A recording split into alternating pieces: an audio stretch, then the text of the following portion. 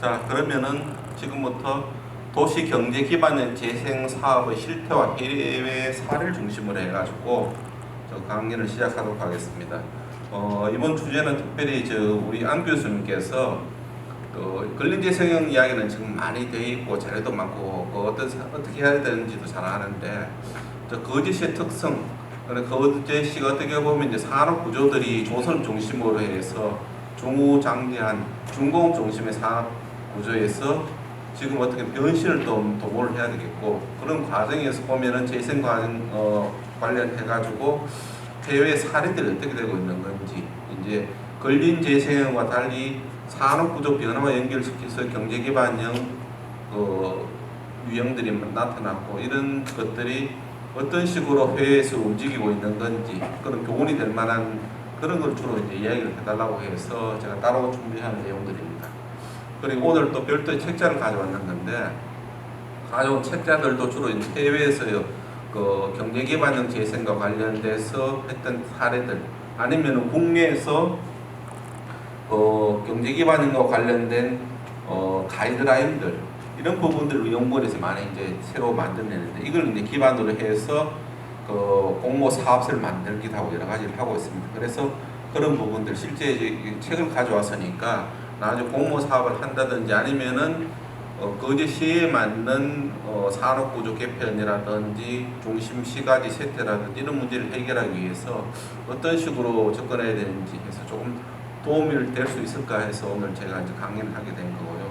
그래서 여기 관련된 책자들도 사실은 이제 소위 말하는 미국 사례라든지, 미국에 보면은 이제 동부에 소위 말하는 러스트 벨트라고 이야기하는데 5대를 중심으로 해 거기도 디트로이트 이런 데가 자동차 산업 중심으로 해서 많이 발전했다가 지금 우리라든지 일본이라든지 해서 자동차 산업이나 조선이 많이 발전하면서 그런 도시들이 소위 말하는 로기슨 벨트로서, 러스트 벨트라고 많이 이야기하는데 로기슨 벨트에서 재생 사업의 필요성도 많이 일어나고 해서 어떤 식으로 이제 사업에 접근했는지 그런 관련된 책이라든지, 아니면은 항구 도시들, 거제도 사실은 항구니까 볼티모어 시라고 해가지고 볼티모어 시에서 재생 사업을 어떤 식으로 했는지 그런 부분들도 있고요. 아니면은 영국에서 보면은 이제 산업혁명이라든지 영국에서 초기에 산업혁명이 일어나고 도시가 한창 성장하다가 그 이후에 우리나 일본이나 이런 중국이나 이런 국가에서 의도적으로 중공업 중심으로 육성하는 과정에서 오래된 도시들이 많이 쇠퇴하게 됐거든요. 그런 도시에서 재생 사업을 해서 어떤 식으로 접근했는지, 제가 직접 영국에 리버풀도 갔다 오고 했었는데, 리버풀이 이제 소위 말하는 비틀즈의 고향으로 알려진 그런 도시뿐만 아니고 그런 이제 인구가 대폭적으로 소위 말하는 인구가 반토막난 그런 도시인데, 그런 도시에 어떤 식으로 재생 사업을 추진했는지라든지 그런 해외 사례들 중심으로 책자를 지금 가져온 게 있고요. 그리고 그 외에도 이제 우리나라 경제 기반형이나 중심 시가형에서 보시면은 항만이라든지 철도 역세권이라든지 이런 지역을 대상으로 해가지고, 아니면 대규모의 이런 적지들, 도청이라든지 관공서라든지 큰 이런 이적 적지들이 생기면서 어떤 식으로 재생 사업을 추진해야 되는지에 대해서 가이드라인이나 이런 걸 만들어 놓은 것들이 있는데, 그런 것들은 이제 나름대로 이제 책자 형태로 해서 많이 배포도 하고 그런 작업을 해왔습니다. 그래서 직접 이제 그와 관련된 책자들을 가져왔으니까 직접 한번 읽어보시고 그런 것들이 어떤 식으로 진행돼야 될 것인지를 한번 고민할 필요성이 있을 것 같아요. 이게 제가 하려는 경제 기반형 같은 경우에는 근린 재생형은 어떻게 보면 쉽게 접근할 수 있고 주민들의 뜻만 모으면 될 수 있을 것 같은데, 경제 기반형은 아무리 정부에서 마중물려서 예산을 250억이나 500억이나 투입을 하더라도 그게 결국은 그 후속 작업으로서 민간에서 자금을 유치한다든지 아니면 민간 사업자가 나타나지 않으면 현실적으로 사업을 추진하는 상당히 애로성이 많습니다. 그래서 그런 부분들 어떤 식으로 했는지 그런 부분에 대해서 오늘 좀 이야기를 하려는 거고요. 그래서 그런 것들이 좀 도움이 됐을 하는 마음입니다. 그리고 요거 다른 근린재생하고 좀 틀려가지고 이런 부분들은 상당 부분은 전문가의 영역에 가까운 거고, 그 다음에 부동산 이후 관련돼서 디벨로퍼가 참여해야 된다든지 민간 사업자들도 이제 어떤 식으로 해왔는지 어떤 생각을 가지고 있는지도 좀 알아야 될 것 같아요. 그런 사람이 결국은 이제 사업에 될 수 있느냐 없느냐는 민간 자본이나 민간 사업자를 끌어들일 수 있느냐 없느냐가 성패를 좌우하는 부분들이니까 그런 부분에 대해서 조금 오늘 이야기하려고 여기까지 왔습니다. 한 3시간 걸렸어요.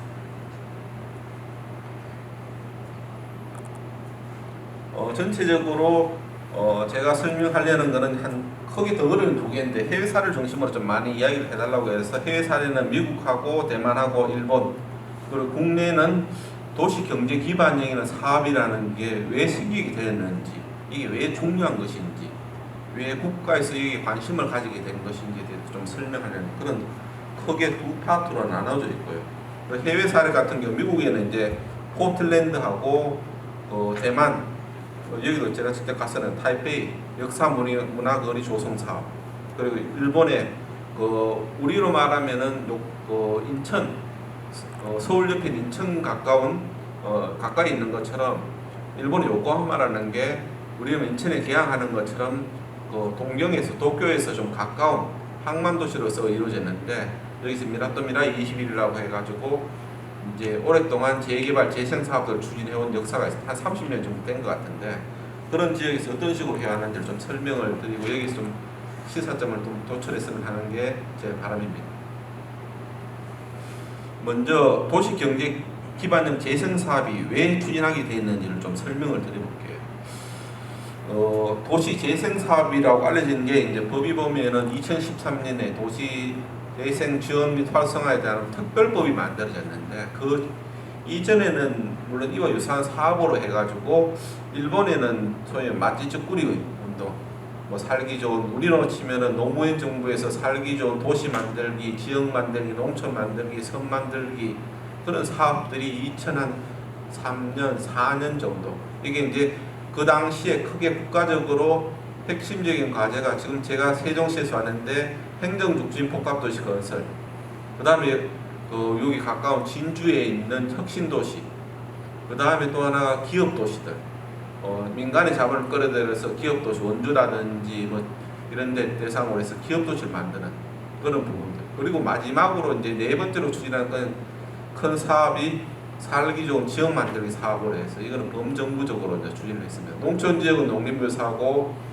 도시 지역은 국토부에서 하고 성이나 이런 도서 지역들은 문광부에서 한다든지 이렇게 전체적으로 이제 역할을 나눠 가지고 했는 사업들인데 그런 사업들이 대충 보면 이제 근린재생형, 지금 분류로 봐서는 근린재생형에 가까운 거였고 마을 단위로 해서 주민들의 자생력을 기반으로 해서 어떻게 보면 다른 형태의 과거의 박정희 정부 때의 새마을 운동, 그리고 자발적으로 우리로 말하면 도시계획이라는 컨트롤, 도시기본계획, 관리계획, 도시개발 사업들이니 지구 단위계획 이렇게 해서 제도권 안에 하는 사업들은 본질적으로 조금 경직성이 돼 있고 사업을 하려고 하면 조직도 만들어야 되고 예산도 있어야 되고 실제적으로 이제 법적인 기반이 있어서 도시 시비를 거친다든지 이런 것도 있는데 그래서 이런 제도적으로 맹점이 있는 걸 좀 극복하기 위해서 일본이나 이런 데서 마찌즈꾸리 운동, 우리로 말하면 이제 마을 만들기, 도시 만들기 이런 사업들을 해왔었거든요.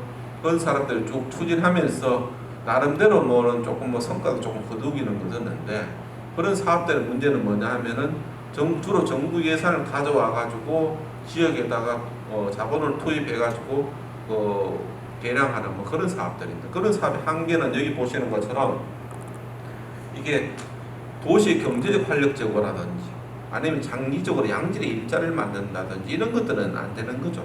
기본적으로 동네에 소위 말하는 담장 고치기, 지붕 고치기라든지 도로라든지 이런 개량하는 그런 수준이고 일자리 같은 경우에도 단기적이고 한시적으로 그렇게 지원하는 그런 사업들이기 때문에 새로운 수요가 생긴다는 게 우리도 이제 고도 성장기를 거치고 나서 저성장기로 접어들면서 고령화도 되고 그 다음에 지방도시들에서 인구도 감소하고 산업 구조들도 위기를 맞게 되고 그런 사회에서 그러면은 돌파구를 마련해야 되는데 이런 부분들이 이제 재생하고 엮어가지고 어떤 식으로 해야 될 것인가에 대해서 이제 고민을 하게 된 거고 그래서 도시재생 특별법 2013년에 만들어질 때 최초로 우리나라에서 도시재생이라는 개념을 법률에다 이제 집어넣었고 거기에다가 경제 기반형 도시 재생이라는 그런 새로운 개념을 지금 넣은 거예요. 여기 보시면 이제 거기 나타나는데 산단이라든지 항만이라든지 철도 역세권 이런 지역을 보면은 오래된 구항이라든지 이런 데도 그렇고 오래된 도심에 가까운 그 산업단지라든지 공단 지역들 이런 데 가보면 이제 옛날에는 도시에 외곽이 있었고 경기 부분이 있었는데 도시가 계속 확장되면서 그 항만 같은 경우에도 소위 말하는 신항이 만들어지고 그래서 이제 옛날에 있던 항만들은 규모도 작고 큰 배도 접안할 수도 없고 주변에 시설물도 좀 지저분하고 그러니까 그런 이용률이 떨어지고 그래서 그런 문제들이 이제 생기면서 쇠퇴하게 되는 문제들. 여기 산단도 마찬가지고 처음에는 이제 외곽이 있어서 생산 기지로서 역할을 했었는데 도시 규모가 커지면서 외곽에다 새로운 산업단지들, 지방 공단, 국가공단이라든지 산단이 이런 것들이 쭉 들어서면서 오래된 도시들은 안에 있는 그런 것들은 시와 지역대에 포함시켜버리고 또 일부는 공해를 발생시키는 여러 가지 문제가 생기고 하니까 사람들이 이제 거기에 대해서 제동을 걸기 시작하고 그래서 젊은 사람들도 이런 데 좀 낡고 오래되고 무슨 냄새나 이런 데서 일을 별로 안 하려고 하고 그걸 노동력 구하기도 힘들고 여러 가지 문제가 생긴 부분들도 있고요. 그 다음 철도역도 마찬가지예요. 역을 보면 이제 보통 보면은 전면하고 후면이 나누어지는데 보통 이제 문제가 되는 후면 부분이죠. 그죠? 그 앞뒤가 전면 부분 같은 경우 주로 도로라든지 사람들이 많이 이용하는 그런 주차 공간도 있고 그런데 뒷면은 보통 대부분 보면 좀 낡았고 쇠퇴고 도로도 별로 없고 좀 소위 말하는 슬럼 형태 비슷하게 만들어진 그런 것들이 많아가지고 그런 부분들 어떻게 좀 해결해야 될 것인지 이런 부분들이 이제 사람들이 구도심을 떠나게 되고 도시 외곽에다 신개발을 하면서 자꾸 이전하게 되는 요인이 되고 하니까 이런 부분들을 좀 살려내서 해별 도시에 활력을 좀 집어넣기도 하고 아니면 국가적으로 중앙 정부에서 이제 지금 나서가지고 이런 부분들은 상당 부분은 개별 지방 정부에서 문제를 해결하기에는 상당히 힘듭니다. 이게 구조적인 문제가 상당히 부분이 있어가지고 예를 들어가지고 역세권 역도 마찬가지고 옛날에 그 오래된 역 앞에 가면 보통 오가도 있지만 사창가도 있고 해서 시에서 어떻게 손을 서기가 필지나 이런 것도 상당히 낡아 있고 규모도 크고 해서 기초지자체나 아니면 이런 데서 문제를 해결하기 상당히 이제 중앙정부의 지원이나 예산이나 이런 것들이 없으면은 문제를 풀기 힘든 부분이 있으니까 중앙에서 좀 개입을 해서 이런 문제를 적극적으로 좀 해결해야 되지 않느냐 해서 경제기반형이 만들어진 그런 배경이 되겠습니다. 그래서 전체적으로 기반 접근 방식들이 틀리고 아까 제가 조금 말씀드린 것처럼 계획 수립하는 방식들도 틀리고 여기는 경제기반형 같은 경우 지역 주민들이 많이 참여한다고 해서 문제를 해결할 수 있는 게 아니에요. 왜냐하면 자본이라든지 투자의 가능성, 필요성도 있어야 되고 민간 자본을 끌어들이려고 하면 민간에서 사업성이 있어야 되기 때문에 사업성이 없으면 민간 자본에서 참여를 안 하는 거죠. 그죠? 그런 부분들도 있고 운영 방식에 있어서도 이걸 만들어 놓는다고 해서 문제가 해결되는 게 아니고 그럼 누가 시설물도 이런 걸 어떤 식으로 관리할 것인지 민간에 넘길 것인지 임대를 할 것인지 아니면 공공에서 할 것인지 아니면 시에서 직접 할 것인지 무슨 기관이 이런데 단체나 이런 데다 위탁을 할 것인지 이런 부분들도 여기 상당히 복합적인 부분들도 있고 사업 자체가 결국은 이제 정부에서 예산을 투입했더라도 운영하는 과정에서 일정 부분의 수익이 생기지 않으면은 앞으로 지자체나 이런 데서 계속적으로 자본을 투입할 수는 없는 거죠. 그런 부분들이 지금 계속 생기고 하니까 이런 부분에 대해서 전체적으로 좀 고려해서 장기적이고 단기적으로 접근할 수 있는 그런 부분에 대해서 이제 고민하게 된 거고 그걸 이제 국가 R&D 연구 사업으로 통해 가지고 한 5년 동안 연구를 했었어요. 그런 부분들이 일부 이제 포함되어 있어서 오늘 좀 설명을 드리는 그런 사항들입니다. 그래서 여기 조금 설명한 것처럼 전체적으로 보시면은 현재는 쇠퇴했는데 앞으로 소위 말하는 중앙정부라든지 민간 자본을 끌어들인다든지 이렇게 해서 발전 잠재력이 있는데 돈을 투자를 한다는 것은 거기에 대해 성과를 거둘 수 있는 데를 투자를 해야 되는 거죠. 그죠? 특히 인구가 너무 과도하게 많이 줄어든다든지 투자에도 별로 효과가 없다고 생각하는 부분들 근린재생형 이런 데는 정주 여건을 개선한다고 하면은 소위 말하는 이제 달동네 이런 데는 사실은 투자를 해도 효과가 없지만은 이런 데는 주거복지라든지 이런 다른 접근에서 사는데 경제기반형 같은 경우에는 투자 대비 효과가 있어야만 투자를 할 수 있는 거죠. 이걸 계속적으로 특히 민간이나 공기업에 이런 데도 아무리 공기업이 되더라도 계속 손해를 보는 경우 같은 경우 현실적으로 투자가 이루어질 수 없는 한계를 가지고 있으니까 뭐 그런 부분에 대해서 이야기를 하는 거고 또 이제 일자리도 조금 전에 말씀드린 것처럼 단기적이고 일시적이고 뭐 그런 것들이 아니고 좀 장기적으로 좀 괜찮은 일자리 뭐 영어로 말하면 디센트라고 얘기 많이 하는데 좀 괜찮은 양질의 일자리를 좀 만들어내는 것들도 사실은 근린재생에서는 거의 불가능하고 경제 기반 영역 이런 걸 통해서는 현실적으로 가능한 부분들이 있고요. 그 다음에 이런 것들이 이제 하다 보면은 장벽에 부딪히는 이유가 땅을 매입을 하든지 해야 되는데 전체가 뭐 국가에서 지원하는 금액이 경제 기반 같은 한 250억 정도 되고 매칭을 하더라도 지방정부에서 도하고 기초하고 합쳐서 한 250억에서 한 500억 정도를 마중물 사업으로 해서 지원을 한다는 건데 이 정도 규모 같은 경우 어떻게 보면은 어지간한 도시 건물 하나가 한 500억 정도 합니다. 제가 있던 국토연구원에서 원래는 안양 평촌에 있었는데 평촌 초기 일기 신도시 하면서 거기를 만들었었는데 우리가 건물 팔고 이제 세종시로 이사를 하면 그 건물 하나 자체가 500억이 넘어요. 그런 것처럼 이게 어떻게 보면 500억 원이 큰 돈인 것 같은데 실질적으로 사업을 하려다 보면은 그렇게 큰 돈은 아닌 거죠. 거기도 실제로 사업하려다 보면 이제 땅을 사야 된다고 하면은 땅값만 하더라도 500억이 넘는 건 대부분인데 이거 가지고는 크게 효과를 얻을 수 없으니까 우선적으로 사람들이 많이 이야기하는 게 이제 국공유지나 이런 땅, 이전 적지 이런 걸 좀 많이 활용하자는 거고요. 그렇게 해서 비용도 좀 절약할 수도 있고 아니면은 민간 사유지를 이제 매입하는 과정에서의 어려움 그리고 초기에 이제 정부 예산이 확보되기 전에는 예를 들어 가지고 토지 소유자가 한 300억에 팔기로 했었는데 그렇게 사실 계약을 한 건 아니죠. 그래서 실제적으로 정부 예산을 가져와 가지고 그 땅을 살려고 들으니까 300억이 아니고 400억을 달라고 한다든지 이런 여러 가지 실제적으로 재생 사업을 추진하는 과정에 상당히 문제가 많아요. 그래서 그런 부분들도 있고 해서 우선적으로 국공유지나 이런 부분들을 가능한 한 많이 활용하는 것을 우선순위 많이 하고 있는 특징을 가지고 있는 거고 사업 특성 같은 경우에도 먼저 투자해야 된다는 전제를 깔고 있는 거죠. 사실은 그 땅 자체가 이미 상당히 사업성이 높고 수익성이 뛰어나다고 하면은 이거는 민간에서 알아서 거꾸로 이제 무슨 인허가를 받아가 자기들이 독자적으로 사업을 하는 거지 정부에서 개입하지 않아도 알아서 다 해요. 그런데 실제적으로 대충 재생 사업을 하는 지역들 가보면은 공공에서 선투자를 하지 않을 경우에는 사업이 되기 어려운 부분들이 상당히 많아요. 그런 부분에 대해서 이제 공공이 먼저 선투자가 이루어져가지고 민간을 투자를 할 수 있도록 여건을 마련해주고 그걸 기반으로 해가지고 이제 민간 협력을 해서 사업을 추진하는 것들인데 그런 부분들이 이제 이론상으로 이제 현실적으로는 상당히 쉽지 않습니다. 공공이 추구하는 목표하고 민간이 추구하는 목표가 서로 틀린 거고 어떻게 보면 갈등관계 비슷한 거예요. 민간은 최대한 이윤을 많이 거두려고 하는 거. 공공 입장에서 보면은 이윤을 과도하게 많이 거두는 것을 좀 막으려고 하고 개발 이익을 환수해서 그 측에 재투자한다든지 특정 민간이 과도하게 이익을 많이 점유하는 것에 대해서 이제 거부감이 있는 거죠. 뭐 그런 부분들에 대해서 이제 경쟁 관계인데 이런 부분들이 어떻게 될 것인지가 상당히 실제 개발 사업을 하는 과정에서 이제 초점이 맞춰져 있습니다. 추진 방식으로 보시면은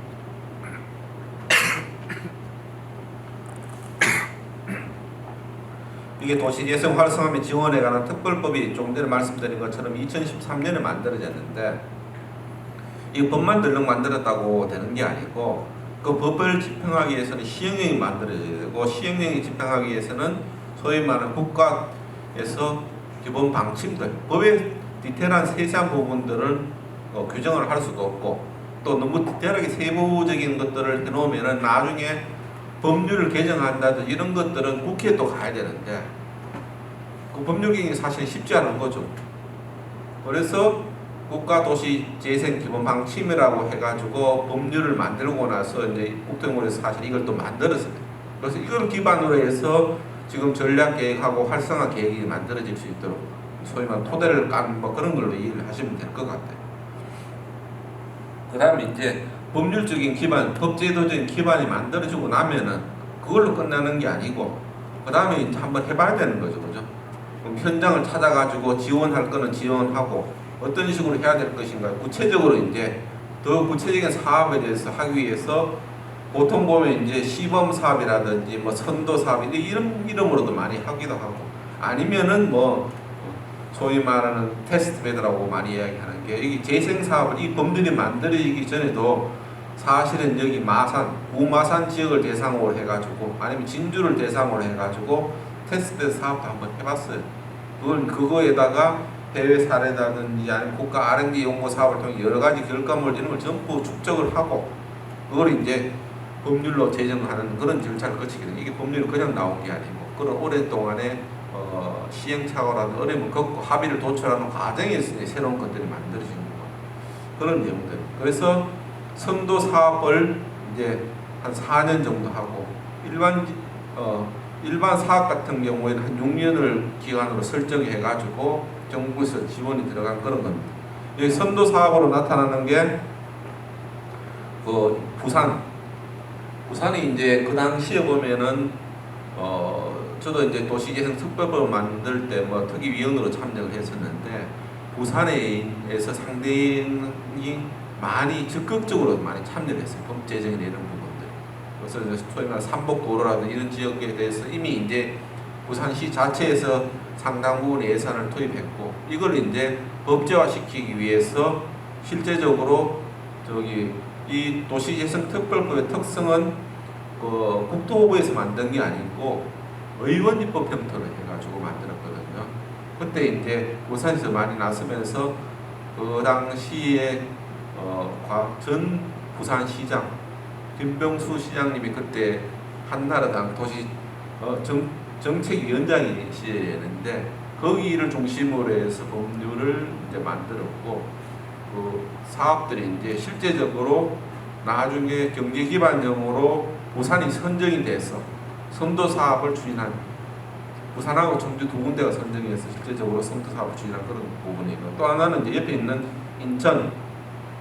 인천도 이제 그 다음에 선도 지역은 아니지만 일반 지역으로 해서 인천에도 여기 있는 것처럼 구항들이 있거든요. 과거에 이제 계양리의 항만들, 도심에 가까운 항만들이 있었는데 이런 것들이 보통 보면 이제 신항이 만들어지고 나면 구항들, 부산도 마찬가지, 북항 뭐 이런 것도 있지만은 구항들은 이제 상당히 많이 세팅하는 거죠. 그 물동량 이런 거 처리하는 데 한계가 있고, 그 접근하기도 좀 힘들고, 또 뭐 도로라든지 이런 것 사람 많이 붐비고 해서 실제적으로 처리 용량에서 문제가 생기니까 보통 시장을 만들게 되면은 화물 물동량 이런 것도 신항으로 다 빠져나가고 되고 구항 주변에 이제 세팅하게 되는 그런 문제들이 생겨서 구항 주변을 어떤 식으로 할 것인지 개발할 것인지 이런 것들이 이제 이슈거리가 돼서 사업을 추진하게 된 그런 배경이 되겠습니다.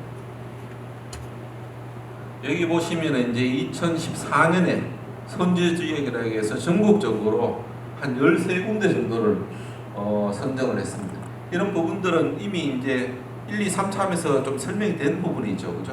구체적인 이런 것들은 넘어가고 이제 지금 이야기하려는 것은 경제 기반형으로 해가지고 계획 수립 처음에 선도 사업이니까 이거는 계획 수립하는 비용도 국가에서 좀 줬어요.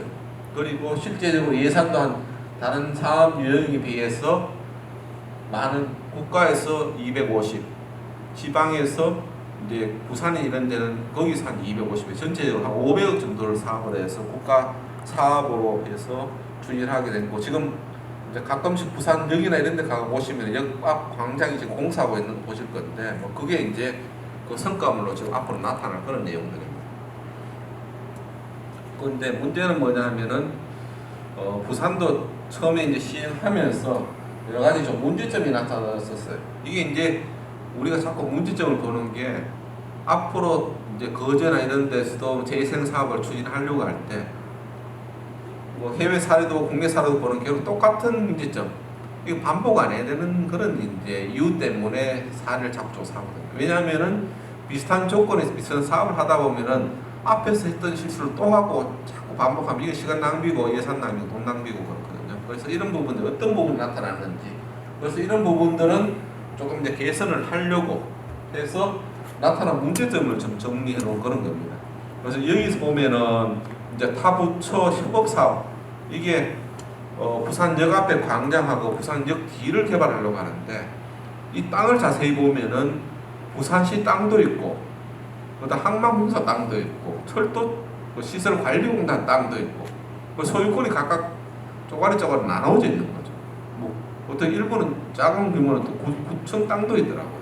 그 사유자고 여기가 여기저기가 뒤섞여 있었고 하니까 이런 부분을 이제 계획을 수립해서 실천을 하려고 하면은 그 여러 이해 당사자들이 모여가지고 합의를 하고 어떤 식으로 끌고 가서 합의를 해야 되는데 이 합의가 잘 되지 않는다는 거죠. 우리가 이제 소위 말하는 관료 시스템 속에서 보면은 중앙정부도 마찬가지고 지방에도 마찬가지인데 보면 각자의 부서가 있으면은 그 부서에서는 다른 부서의 영역이나 사업에 대해서는 건드리지 않는, 건드림을 받는 것도 싫어하고 다른 사업에 대해서 간섭하는 것도 싫어하고, 또 이제 문제는 하다 보면은 공무원이 계속적으로 교체가 되는 거거든요. 우리는 소위 말하는 순환형 보직제 시스템으로 있어가지고 적당하게 내용을 좀 말만 하면 한 1, 2년 지나면 또 담당자나 과장이나 계장, 뭐 팀장 이런 분들이 또 바뀌게 되고, 그다음 앞에서 이야기했던 거는 이제 완전히 이제 원위치로 돌아와가지고 또 협의를 다시 해야 되는 부분이 생기고,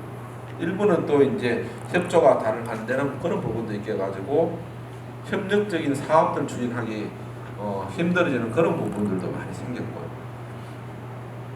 청주 같은 경우는 사실은 선정을 할 때 이 땅이 어떤 땅이냐 하면 옛날에는 연초 제조창, 그 담배 쪄서 소위 말하는 담배를 만드는 그 땅이었는데 이거를 청주시에서 땅을 사들였어요.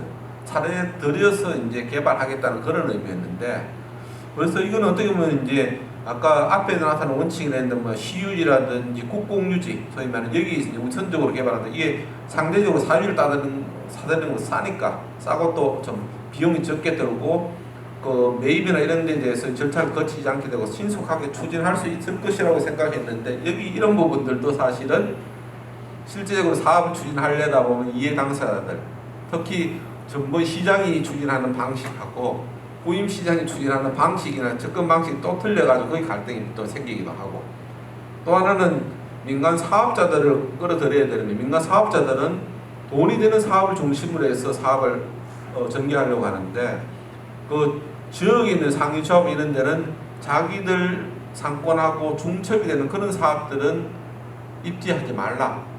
그러면 자기들이 타격을 받게 된다 해서 이제 갈등이 생기게 되는 거죠. 그래서 이런 부분들이 이제 쉽게 해결이 안 되면은 그다음 구체적인 사업의 진척이 못 나가는 거죠. 시의 입장에서는 선거라든지 이런 부분을 고려를 해야 되니까 시장 같은 경우에는 이 상인조합이나 이런 단체들의 요구사항을 일방적으로 묵살하기 힘든 부분이 생기는 거고, 그러면 이제 실제적으로 사업에 참여하는 민간 사업자들은 사업을 포기하게 되는 문제가 생기는 거죠. 그러면 이제 사업자를 찾지 못해서 그 다음부터 이제 계속 공제되는 그런 문제들이 생기는 거고, 이런 부분들이 이제 실제적으로 경제 기반에 대한 경험이 별로 없었던 상황에서 하다 보니까 이제 이런 문제가 생기는데, 그 다음 단계에서 사업을 하는 데는 이런 문제 미리 이제 생각을 해봐야 되는 거죠. 이런 문제도 어떻게 생기면 어떻게 할 것인지, 아니면 이런 문제가 생길 가능성이 높은 땅은 제외를 한다든지 그런 부분들을 좀 고민을 해야 될 것 같고요.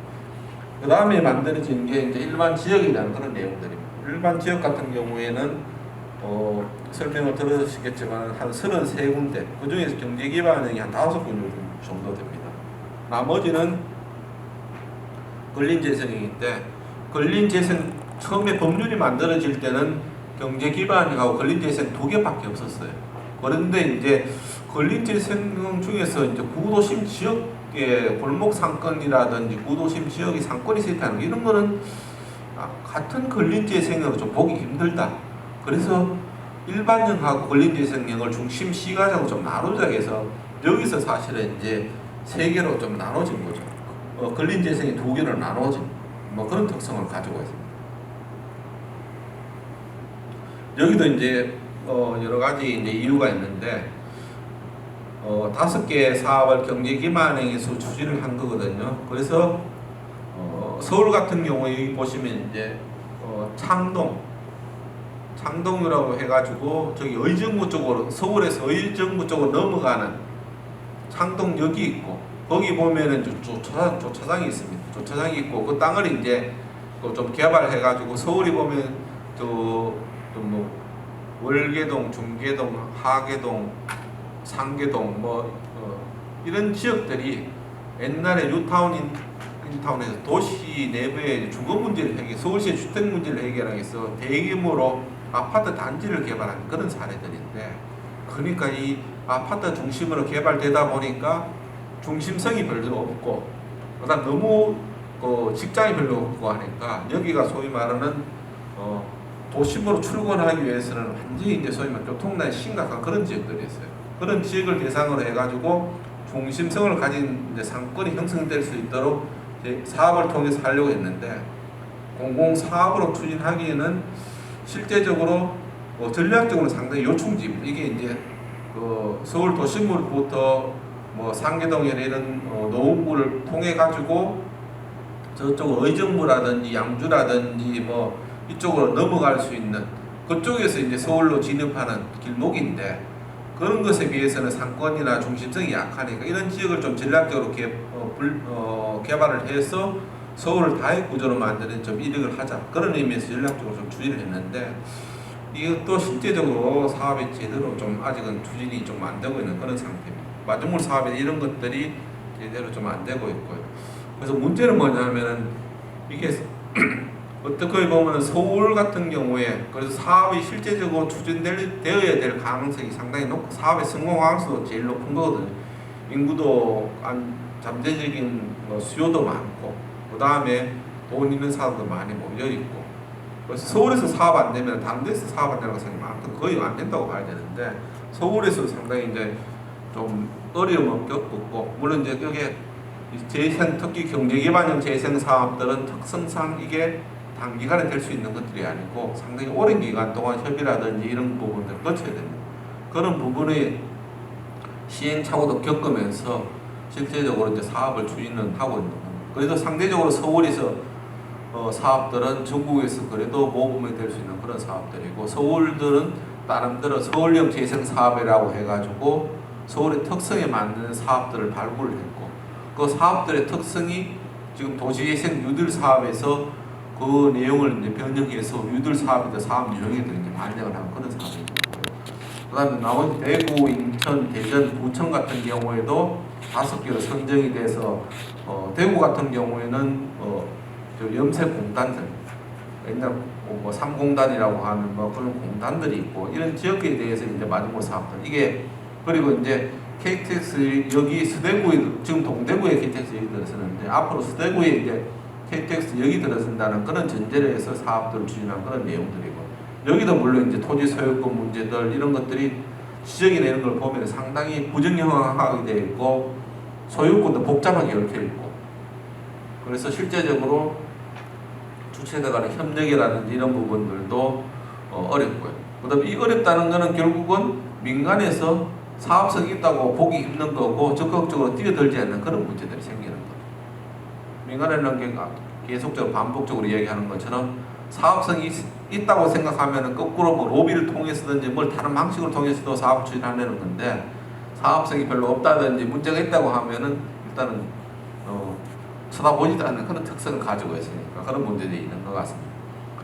인천 같은 경우에도 보시면은 인천 구항 같은 경우에 이게 이제 그 지역에 있는 상인조합들이라든지 이런 부분들하고, 그 다음에 이게 인천 같은 경우에는 땅 소유가 항만공사에서 땅을 소유를 하고 있더라고요.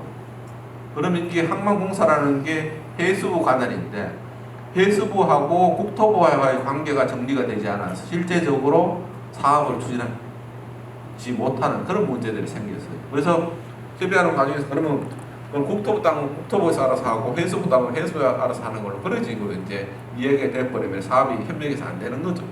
그래서 하다가 결국은 인천시에서 일부 땅을 사들였어요. 직접 시에서 소유를 매입을 해가지고 사업을 지금 추진하고 있는 건데, 물론 여기 과정에서도 이제 보면은 그 지역 상인조합들하고 그 이제 소위 말하는 민간 자본을 끌어들여서 민간 사업자가 하려는 그런 내용들하고는 좀 차이가 있습니다. 그래서 그런 부분들, 아니면 또 한 측에서는 또 이제 반대하는 사람 입장에서는 어떤 특정 그 민간 사업자가 들어와서 개발 이익을 독점하는 게 아니냐 그런 불신을 갖기도 하고, 아니면 어떤 그 주변에 있는 사람들은 자기 그 업종 경합이 되는 그런 부분들은 줄여버리고 아예 거기다 100층짜리 오피스텔 짓자든지 뭐 그런 이야기도 하기도 하고, 그러니 서로 간에 합의가 쉽게 도출되지 않으면 이제 사업들이 가기 쉽지 않은 거죠. 뭐 대전 같은 경우에도 소위 말하는 롯데나 이런 데서 실제적으로 사업을 하려다가 기업이 여건이 안 좋아진다든지 뭐 이렇게 해서 사업이 구체화되지 못하고 좀 오랫동안 필요해서 지금 이제 사업을 좀 구체화시키려고 하고 있는 그런 상태예요. 보천도 마찬가지죠. 보천도 이게 다른 데와 틀려가지고 여기 보시면은 부천은 기초지자체예요. 그래서 경기도하고의 문제뿐만 아니고 그린벨트 해제 문제도 엮여 있고 해서 일제 사업이 잘 되지 않은 그런 문제들이 생긴 것 같습니다. 그래서 생겨난 게 이제 지금 정부, 문재인 정부